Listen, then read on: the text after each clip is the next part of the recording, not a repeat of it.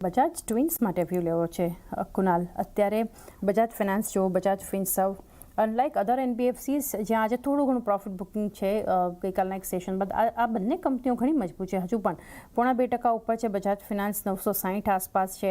બજાજ ફિનસર્વ જુઓ 1776ના લેવલ્સ પર ટ્રેડ 1.5%થી વધુની મજબૂતી સાથે. આ બંનેમાંથી ક્યાં સેટઅપ સ્ટ્રોંગ જોઈ રહ્યા છો?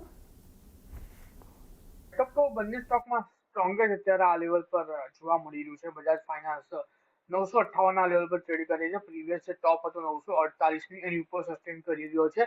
લાઇટલી ચાન્સીસ છે આવનારા દિવસોમાં આ સ્ટોક ઉપલા મથાળે 992 અને 992 જો બ્રેક કરે તો 1050 સુધીના પણ લેવલ બતાવી શકે છે. એટલે વ્યૂ બજાજ ફાઇનાન્સમાં ડેફિનેટલી પોઝિટિવ સાઇડનો છે, એમાં ગભરાવાની જરૂર નથી. એક્ઝિસ્ટિંગ પોઝિશનને હોલ્ડ કરીને ચાલવાની સલાહ છે. પ્લસ બજાજ ફિનસર્વની વાત કરીએ તો જે પ્રમાણે બજાજ ફિનસર્વ ટ્રેડ કરી રહ્યો છે 1776ના લેવલ પર, અહીંયા પણ વ્યૂ પોઝિટિવ સાઇડનો છે. 1820 બ્રેક કરે તો 1860 સુધીના લેવલ એઝ અ ટાર્ગેટ અહીંયા પણ આપણને જોવા મળી શકે છે. બટ અગેન મેઇન કન્સર્ન નવી પોઝિશન બનાવવી જોઈએ કે નહીં, તો નવી પોઝિશન બનાવીને ચાલવાની સલાહ અત્યારે આ લેવલ પર બિલકુલ નથી. તો એક ફ્રેશ એન્ટ્રી નહીં બજાજ ફિનસર્વ પર, ફિનાન્સ પર 1050ના ટાર્ગેટ ધ્યાનમાં રાખો.